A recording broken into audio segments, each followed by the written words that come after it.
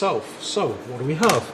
Well, it's got a simple red dot laser mounted on the side here that has a simple power on and power off, and can be mounted on either side of the scope, although it would obstruct your windage adjustments. So let's go ahead and show you how that works. Very simple. You just turn it on with a click of a button. You can see there it's illuminated, and turn it off. So it's just a simple on-off and no intensity, just a very simple rifle scope. You can take this off if you don't want to use it, and it is a standard rail mount. You can actually attach this to a rifle, pistol, or anything you want. So we have on the top side here, we have either red or green, and there are various levels of intensity. And then we also have, as far as the sight itself, it's got a 50mm objective lens, and you can see here it's got this. It does come with all the batteries, and batteries are mounted. This unscrews here. We have another battery in here, and then kind of sneakily hidden away, we put 3 little batteries in there, and it requires a Allen wrench, but the manufacturer provides one. You just unscrew this, and 3 little button cell batteries go inside. So let's take a look at the zoom. It's got 4 to 16 zoom, and that's just very simple. Just rotates like that, you can see, and it is not stepped. You have unlimited adjustment between 4 and 16. Right, so windage adjustments we have on the top and side here, and obviously it comes with simple lens cover to protect the lens when it's not in use, like so. This has been Tex Reviews for Amazon.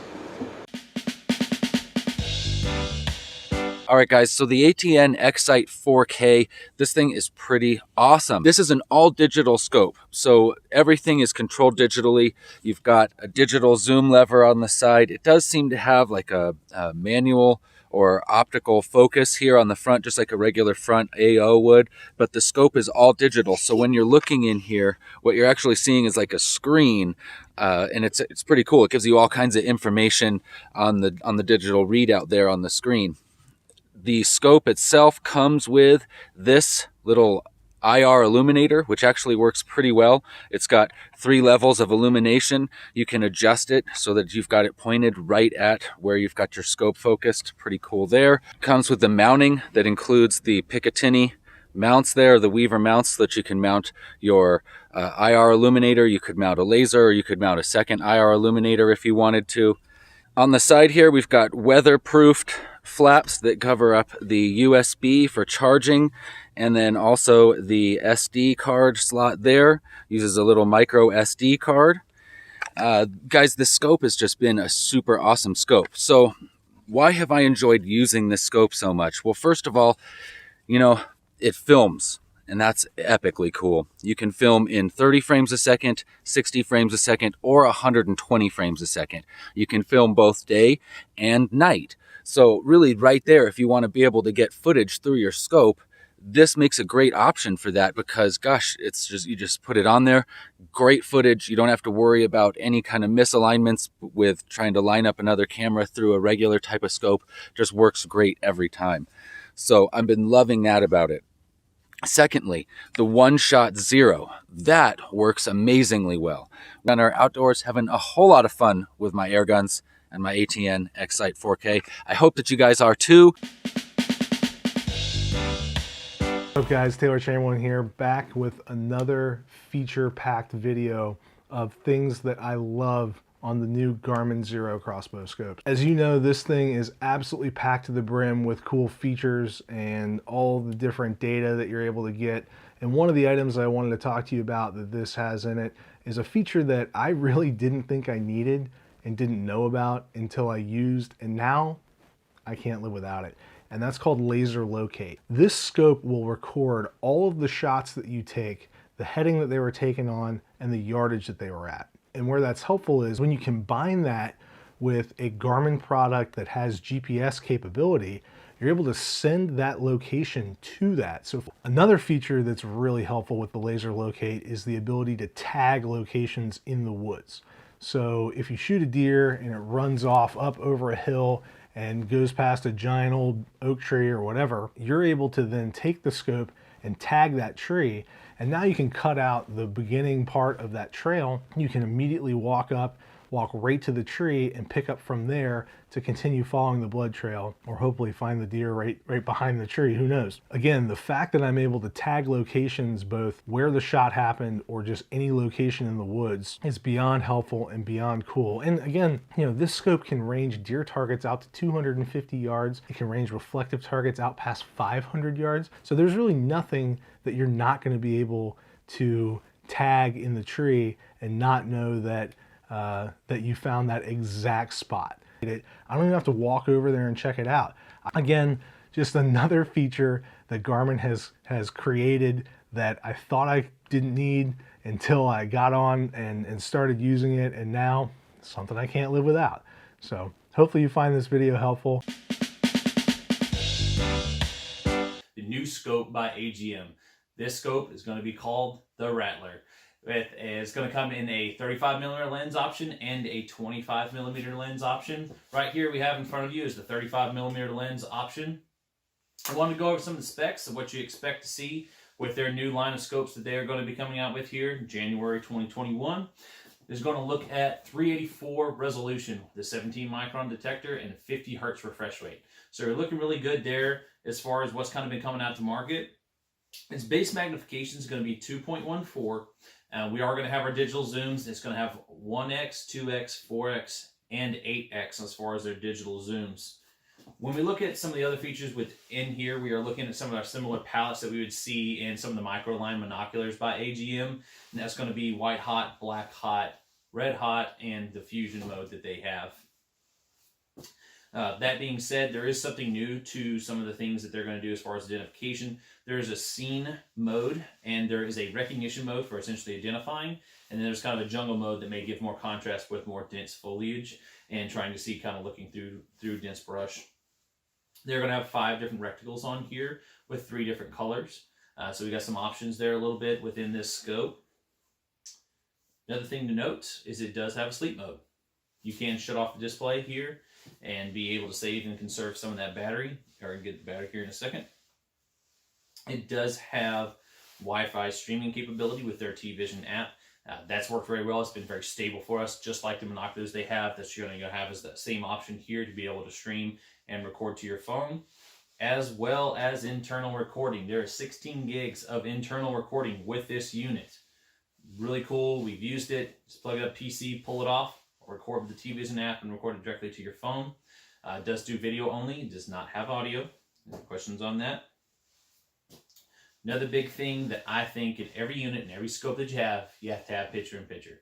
I like using picture-in-picture mode. I know not everybody does, but something unique with the picture-in-picture mode here is you don't have to actually have it centered right above your crosshair. You actually have it up in the top left corner or the top right corner, or just traditionally centered on. So that was something new feature. That was really, really cool. We like that. Battery, everyone asks about battery. What are you going to be able to do here? It does run off 2 CR123 batteries.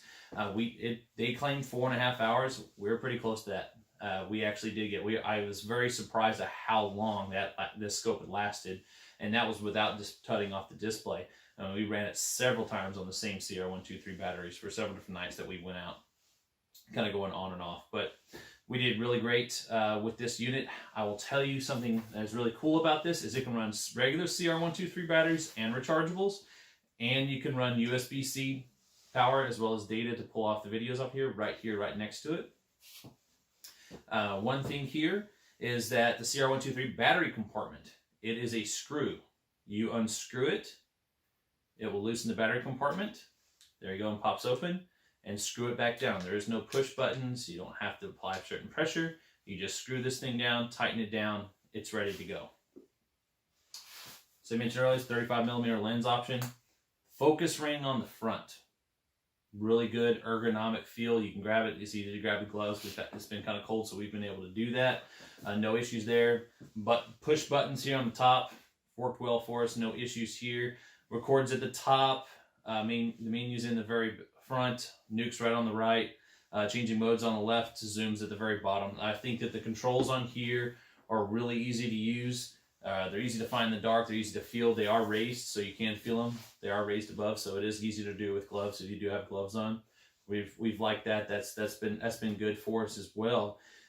One thing to note is this unit itself, less than 1 pound. Nice small little package here that we've got all set up. Now, price. This unit, this 35 millimeter, is going to come in at $24.95. That is going to be the price here for their brand new scope on the 35 millimeter Rattler that we have here.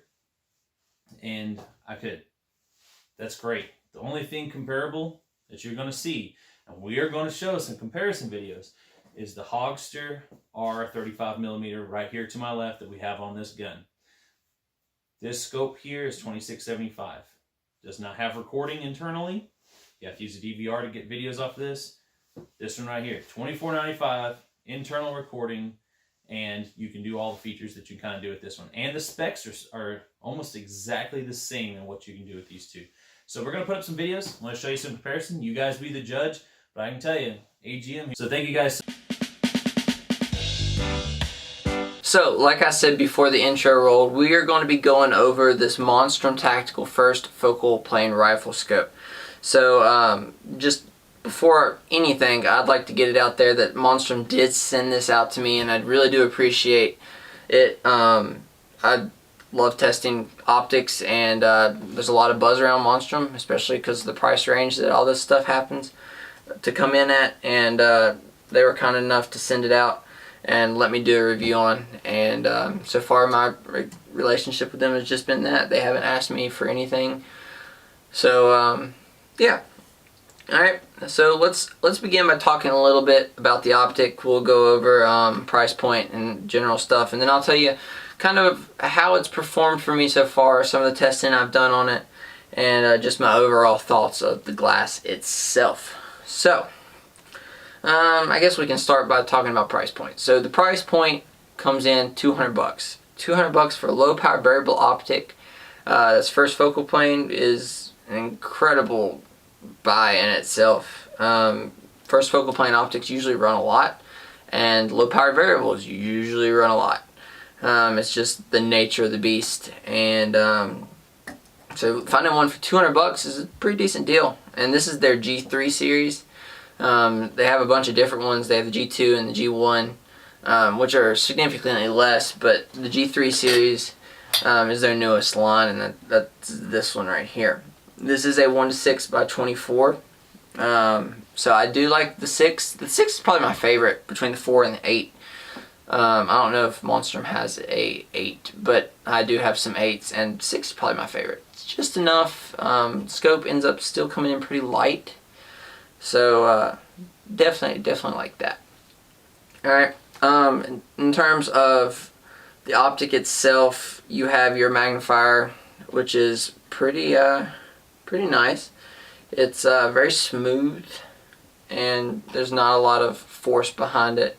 Then you have your turrets. So each of these turrets are adjustable, or are exposed, and they pop up to be adjusted and then pop back down. Hope you guys enjoyed